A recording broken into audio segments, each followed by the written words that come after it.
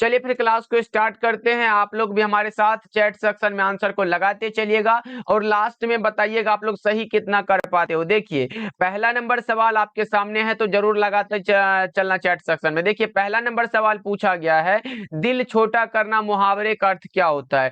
दिल छोटा करना मुहावरे का जो सही अर्थ होता है वो होता है हतोत्साहित होना। Correct answer option number C हो जाएगा। 1 का सी लगाओ बच्चों और हमारे साथ आंसर को लगाते चलो, रिवीजन करते चलो। चलो देखो अब दूसरा नंबर सवाल ये रहा आपके सामने, बताओ दूसरा नंबर सवाल है, खिल्ली उड़ाना मुहावरे का अर्थ क्या होता है? बहुत ही अच्छा प्रश्न है, कई बार पूछा गया है कि खिल्ली उड़ाना मुहावरे का अर्थ क्या होता है, तो वो हो जाता है व्यंग्य करना। करेक्ट आंसर कौन सा होगा? 2 का correct answer option number A होगा। सारे के सारे बच्चे याद रखोगे, बहुत ही इंपॉर्टेंट प्रश्न है। चलो आगे बढ़ते हैं बच्चों। तीसरा नंबर सवाल देखिए आपसे पूछा जा रहा है, घर का न घाट का, घर का न घाट का मुहावरे का अर्थ क्या होता है? ये सारे के सारे इंपॉर्टेंट मुहावरा है भाई, इसको याद कर लेना। घर का न घाट का मुहावरे का अर्थ होता है कहीं का नहीं। कौन सा बच्चों? करेक्ट आंसर सी हो जाएगा। आप लोगों ने देखा होगा, देख रहे हो, वो ना तो घर का रहा ना घाट का, मतलब वो कहीं का नहीं रहा। Correct answer option number C हो जाएगा। सारे बच्चे लगाते चलो आंसर, बहुत ही इंपॉर्टेंट क्लास है और लास्ट में बताना कितना सही कर पाए हो। देखिए फोर्थ नंबर सवाल है, गांव का घर कविता के कवि कौन है? देखो गांव का घर जो कविता है ये हमारे ज्ञानेंद्र पति के द्वारा लिखे गए हैं। करेक्ट आंसर डी हो जाएगा। क्या लगाओगे बच्चों? ऑप्शन नंबर डी होगा। ओके, जैसे रघुवीर शाह अधिनायक को लिखे हैं, अशोक वाजपेयी जो लिखे हैं वे लिखे हैं हारजीत को, और मुक्ति बोध की कौन सी रचना है बच्चों? एक बार चैट सेक्शन में जल्दी जल्दी से बता दो। जन जन का चेहरा एक गजानन माधव मुक्ति बोध के द्वारा लिखा गया। सारे प्रश्नों को याद करते चलो। देखो पांचवा नंबर सवाल पूछा जा रहा है, ज्ञानेंद्र पति का जन्म कहाँ हुआ था? ज्ञानेंद्र पति का जन्म हुआ था पथरगामा गोड्डा झारखंड में हुआ था। क्या बच्चों? पथरगामा गोड्डा झारखंड में। करेक्ट आंसर बी हो जाएगा। 5 का बी लगाओ बच्चों, सही हो जाएगा। चलो जी आगे बढ़ते हैं। मात्र 100 ऑब्जेक्टिव है, इसको याद कर लेना। और बच्चा पार्टी एक इंपॉर्टेंट नोटिस ये देना था कि बच्चों हमारा जो नोट्स तैयार हो रहा था वो अब पूर्णतः अशोक वाजपेयी के द्वारा। चलो जी आगे बढ़ते हैं। 7 नंबर सवाल देखिए, हार जीत कविता में अशोक वाजपेयी के क्या किस काव्य संकलन से लिया गया? हार जीत जो कविता है जो कि अशोक वाजपेयी की रचना है, लेकिन ये किस काव्य संकलन से लिया गया? तो ये लिया गया कहीं नहीं वही रचना से। 7 का करेक्ट आंसर ए हो जाएगा। चलो 8 नंबर सवाल देखिए बच्चों, पूछा जा रहा है, प्यारे नन्हे बेटे को कविता में लोहा किसका प्रतीक है? प्यारे नन्हे बेटे को कविता में लोहा प्रतीक होता है कर्म का। किसका बच्चों? कर्म का। अगर पूछा जाए प्यारे नन्हे बेटे को कविता किसके द्वारा लिखा गया तो क्या लगाओगे बच्चों? एक बार चैट सेक्शन में बता दो जल्दी जल्दी से।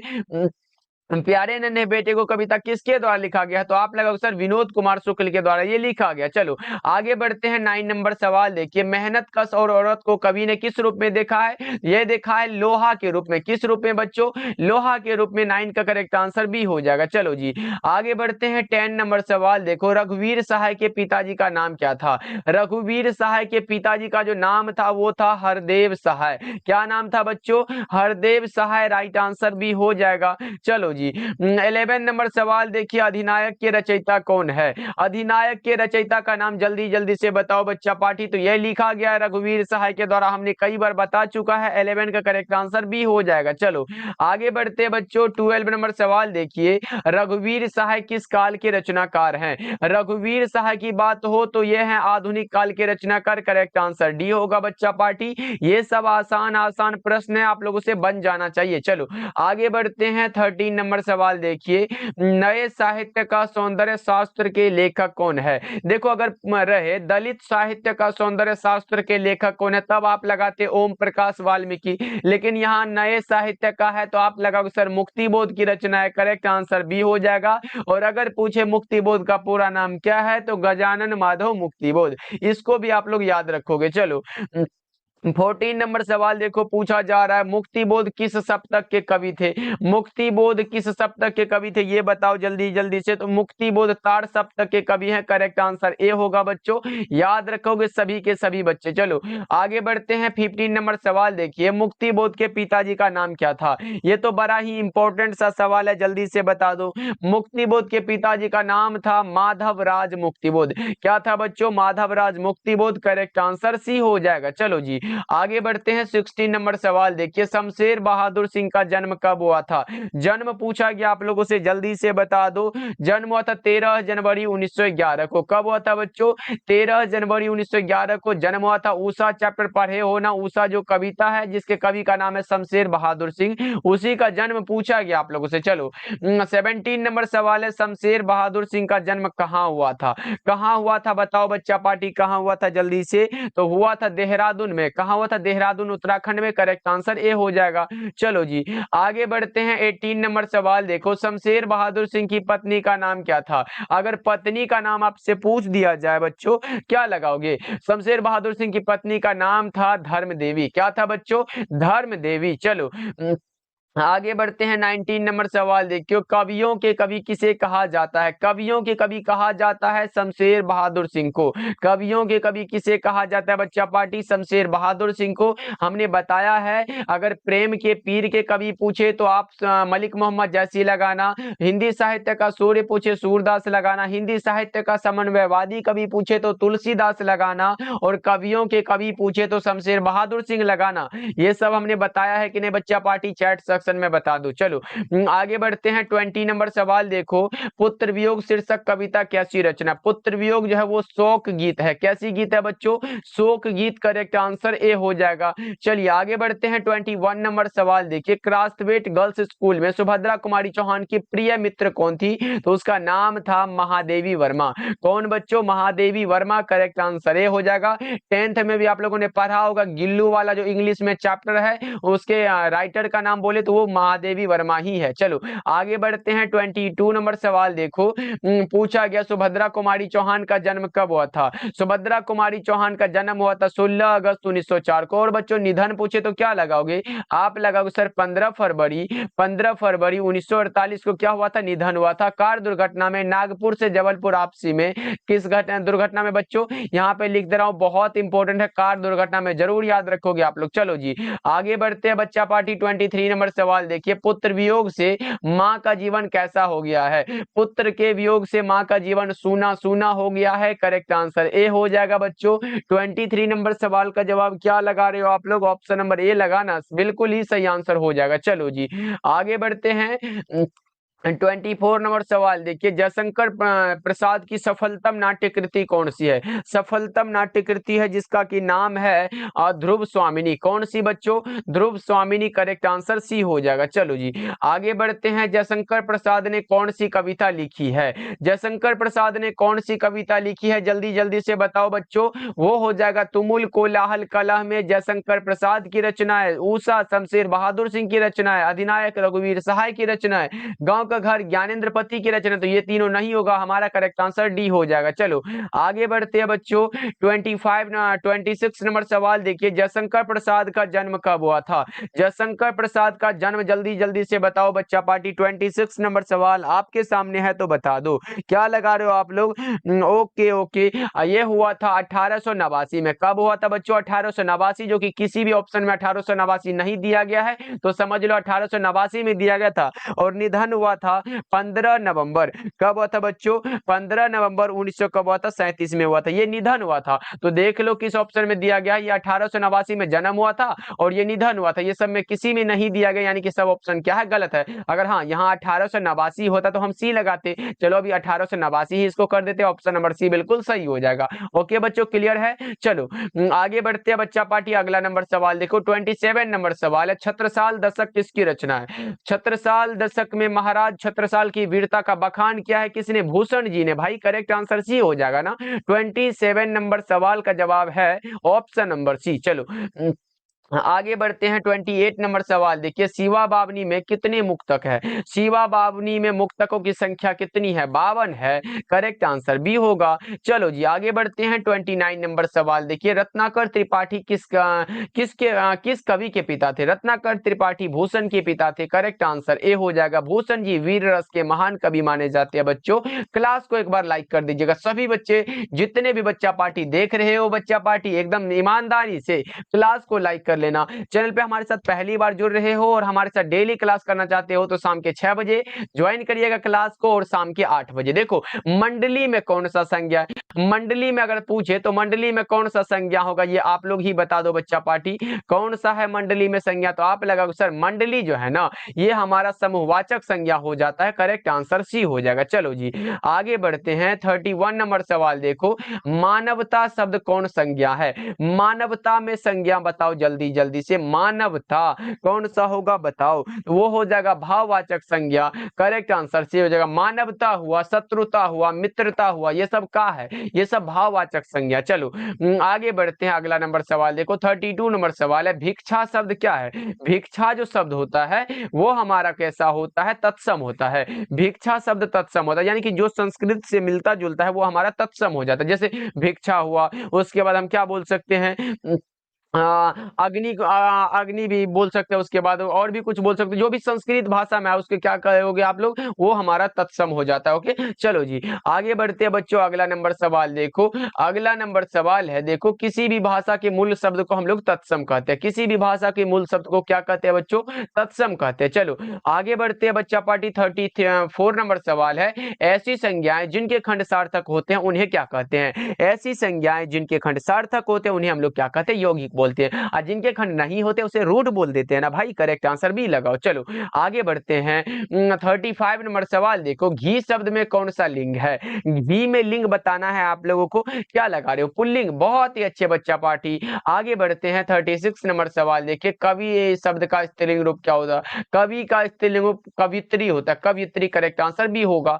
चलो जी आगे बढ़ते हैं। ये रहा आपके सामने प्रश्न, कारक के कितने भेद होते हैं। तो सर ये बचपन से पढ़ते आ रहे सर, कारक 8 प्रकार के होते हैं। कारक 8 प्रकार के हैं। करेक्ट आंसर भी हो जाएगा। चलो आगे बढ़ते हैं। 38 नंबर सवाल देखो, नाभादास किसके शिष्य थे। नाभादास के अगर शिष्य का बात हो तो वो थे स्वामी अग्रदास। अगर पूछे नाभादास किसके समकालीन थे तो तुलसीदास के समकालीन थे। ओके चलो आगे बढ़ते हैं। 39 नंबर सवाल देखिए, कबीरदास किस शाखा के कवि हैं। कबीरदास के शाखा का नाम पूछा गया, आप लोगों से बताओ क्या होगा बच्चों, वो थे निर्गुण शाखा के। करेक्ट आंसर भी होगा। चलो आगे बढ़ते हैं। 40 नंबर सवाल देखिए, नाभादास की कविता किन दो कवियों के बारे में है बताओ।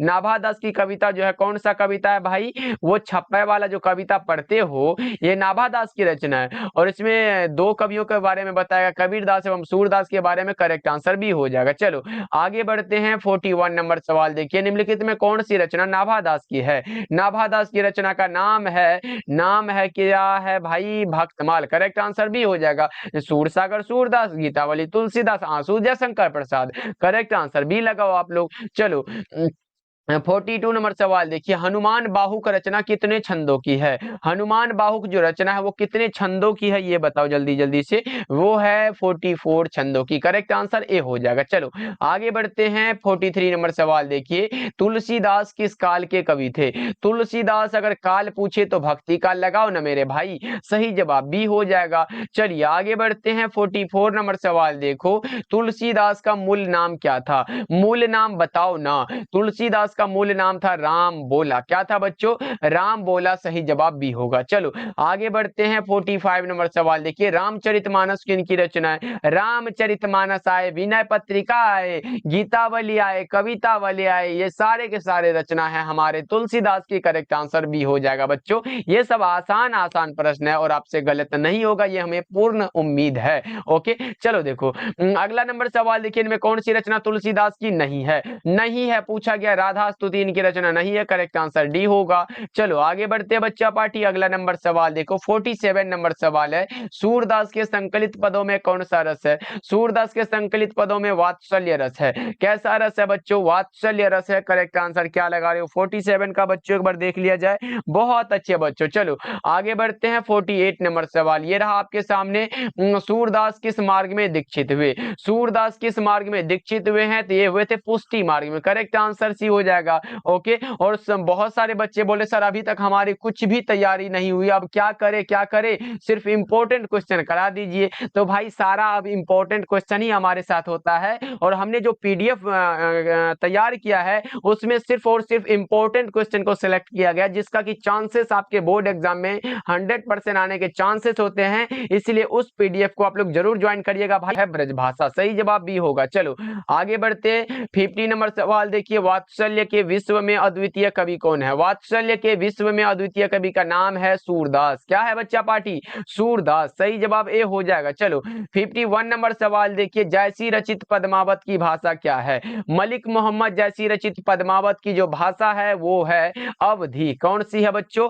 अवधी, करेक्ट आंसर ए होगा। चलो आगे बढ़ते हैं बच्चा पार्टी 52 नंबर सवाल देखिए, इनमें से प्रेम के पीर के कवि कौन है? प्रेम के पीर के कवि माने जाते हैं मलिक मोहम्मद जैसी, हमने कई बार बता चुका है बच्चों, ये गलत नहीं होगा आप लोगों का, बहुत इंपॉर्टेंट प्रश्न है। चलो आगे बढ़ते हैं 53 नंबर सवाल देखिए, चित्ररेखा किस कवि की रचना? चित्ररेखा अब की बार भी पूछा गया, चित्ररेखा किसकी रचना है? तो आप लगाओगे सर चित्ररेखा जो रचना है ये रचना है हमारे मलिक मोहम्मद जैसी के द्वारा लिखा गया, करेक्ट आंसर ए हो जाएगा। चलो आगे बढ़ते हैं 54 नंबर सवाल देखो, पर्वत शब्द का विशेषण क्या होता है? पर्वत का पर्वतीय होता है, पर्वत का पर्वतीय, प्रथम का प्राथमिक होता है, समाज का सामाजिक होता है, भारत का भारतीय होता है, राष्ट्र का राष्ट्रीय होता है, यही सब तो होता है भाई, याद रखना आप सब। चलो 55 नंबर सवाल देखिए, प्रथम शब्द का विशेषण क्या होगा? अभी तो हमने बताया सर प्रथम का प्राथमिक होता है। क्या होता है बच्चों?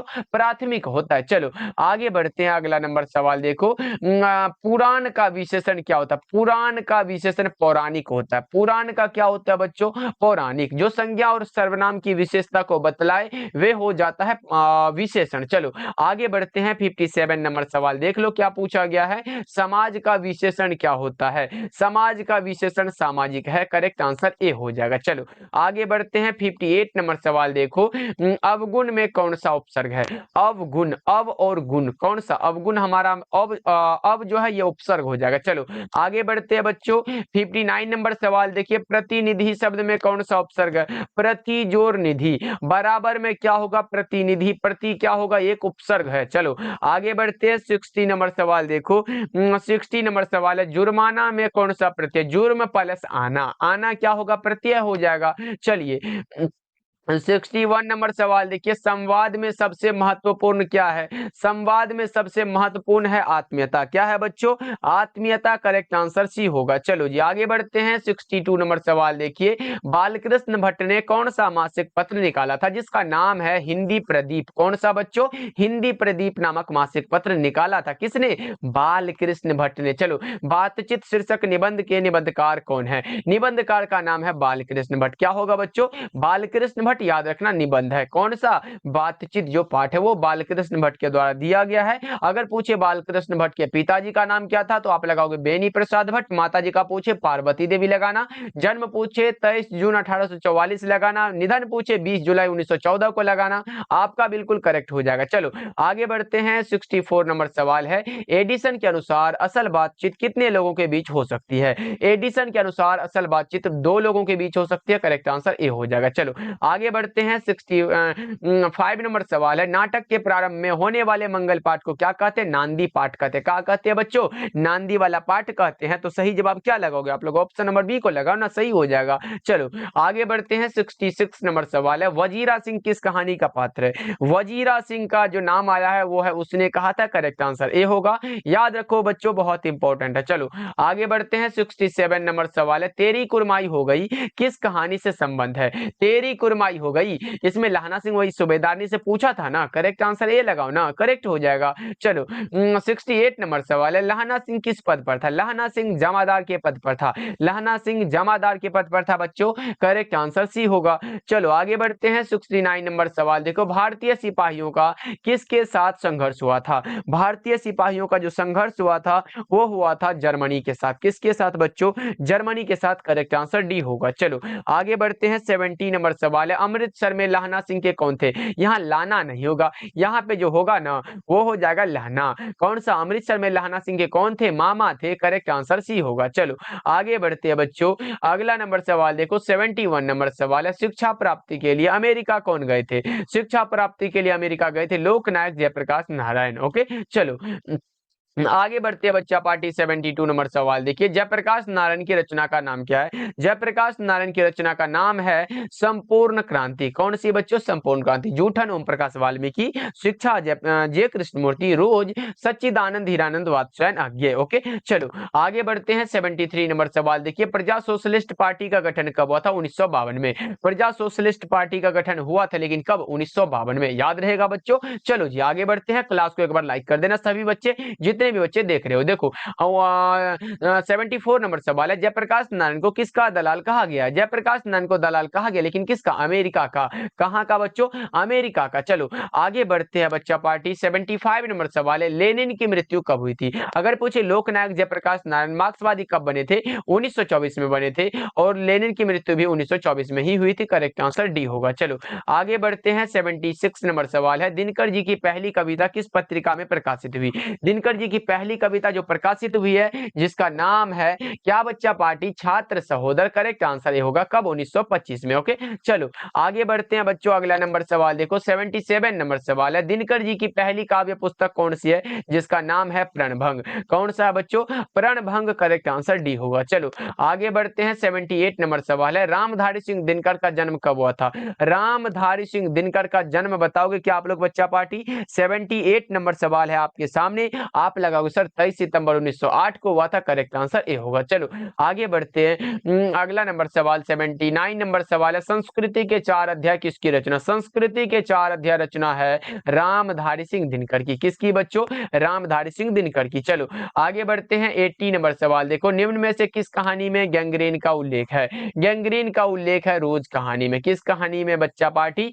रोज कहानी में। करेक्ट आंसर ये होगा। रोज कहानी के कहानीकार का नाम है सच्चिदानंद हीरानंद वात्स्यायन आज्ञे। ओके चलो 81 नंबर सवाल देखिए पूछा गया, अज्ञा के माता जी का नाम क्या था? अज्ञा के माता जी का नाम था अवंती देवी। पिताजी का क्या नाम था? डॉक्टर हीरानंद शास्त्री। ये भी आप लोग याद रखोगे। चलो आगे बढ़ते हैं। 82 नंबर सवाल देखिए, भगत सिंह की शहादत कब हुई थी? शहादत मतलब निधन। बताओ भगत सिंह की शहादत कब हुई थी? बच्चा पार्टी लगा रहे हैं सर 23 मार्च 1931 को।